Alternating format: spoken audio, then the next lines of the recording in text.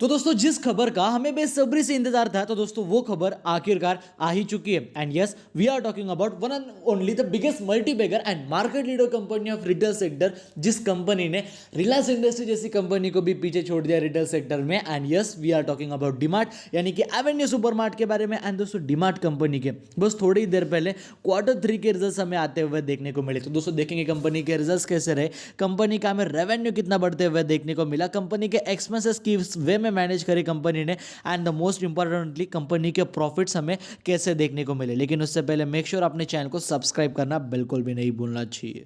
तो दोस्तों अभी हम आ चुके हैं यहाँ पे हमारे मेन स्क्रीन के तरफ। And as you can see here, अभी दोस्तों जिस कंपनी का जो टोटल इनकम था पिछले साल, वो था देखो 9,200 करोड़ के अराउंड, 9,200 करोड़।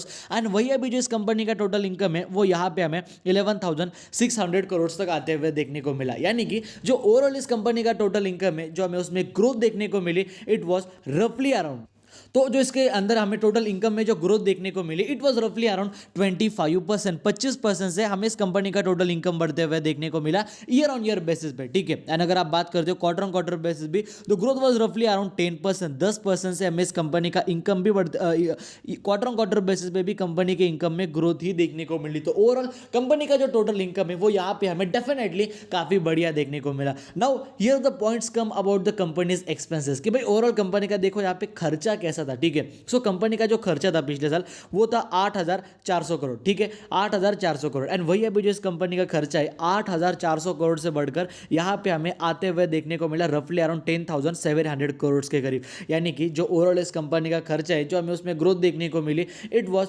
रफली अराउंड, अगर आप यहाँ पे बात करते हो 25 to 30%, 25 से 30% हमें कंपनी के एक्सपेंसेस के अंदर भी ग्रोथ देखने को मिली। देखो भाई नॉर्मल सी बात है, अभी जिस हिसाब से कंपनी का जो रेवेन्यू है वो बढ़ेगा, उसी हिसाब से जो कंपनी के एक्सपेंसेस होते हैं वो भी हमें उसी हिसाब से बढ़ते हुए देखने को मिलते हैं। जिस हिसाब से कंपनी का रेवेन्यू बढ़ेगा, उसी हिसाब से कंपनी के एक्सपेंसेस भी बढ़ते हैं। एंड उसी हिसाब से अगर खर्चे मैनेजेबल रहे तो कंपनी के प्रॉफिट्स के अंदर भी हमें एक अच्छी ग्रोथ देखने को मिलती है। And if you are talking about the company's net profit, कि ओवरऑल कंपनी के प्रॉफिट्स कैसे हमें देखने को मिले, तो कंपनी ने यहाँ पर इन्वेस्टर को कुछ यहाँ पे खास सा खुश नहीं करा है।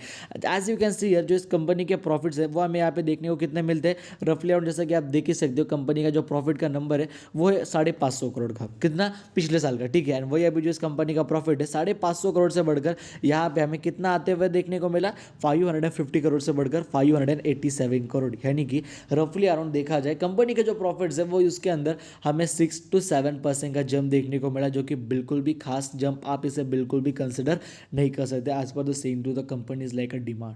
एंड अगर आप बात करते हो कंपनी के ईपीएस की, कंपनी के अर्निंग पर शेयर की, तो 8.5 रुपये का कंपनी का पहले ईपीएस था अर्निंग पर शेयर, जो कि अभी हो चुका है 9.10 रुपये। ग्रोथ थी इसके अंदर भी रफली अराउंड 6 to 7%। जिस हिसाब से कंपनी का प्रॉफिट बढ़ता है उसी हिसाब से हमें कंपनी का अर्निंग पर शेयर भी बढ़ते हुए देखने को मिलता है। सो बात करी जाए, लाइक जैसा कि मैंने आपको दिखाया कि डीमार्ट कंपनी के ओवरऑल जो रेवेन्यूज थे उसकी अगर आप बात करते हो तो वहाँ पे नंबर्स कंपनी के काफ़ी शानदार हमें देखने को मिले, राइट। अगर आप बात करते हो कंपनी के ओवरऑल रेवेन्यू के बारे में, उसके अंदर जो ग्रोथ थी वो थी रफली अराउंड 25% की, जो कि काफ़ी ज़्यादा तगड़ी थी। लेकिन उसी के साथ साथ क्या हुआ, कंपनी के जो एक्सपेंसेस थे, जो कंपनी के खर्चे थे, वो भी हमें रफली अराउंड 30% के करीब देखने को मिले। कंपनी के खर्चे थोड़ा सा ज़्यादा बढ़ गए, इसलिए कंपनी के जो प्रॉफिट्स है उसके अंदर ग्रोथ थी बस 6 to 7%, जो कि बिल्कुल भी हेल्दी ग्रोथ नहीं है for the seeing companies like DMart industry. क्योंकि डीमार्ट दोस्तों एक ऐसी कंपनी है जिसने अभी, अगर आप बात करते हो, अभी तो Q3 के रिजल्ट्स की बात करी हमने, अभी थोड़े ही दिनों पहले कंपनी के, लाइक अगर देखा जाए Q2 के रिजल्ट्स होके गए, जहाँ पे कंपनी के जो प्रॉफिट्स है उसके अंदर अप्रॉक्सीमेटली 100% की ग्रोथ देखने को मिली।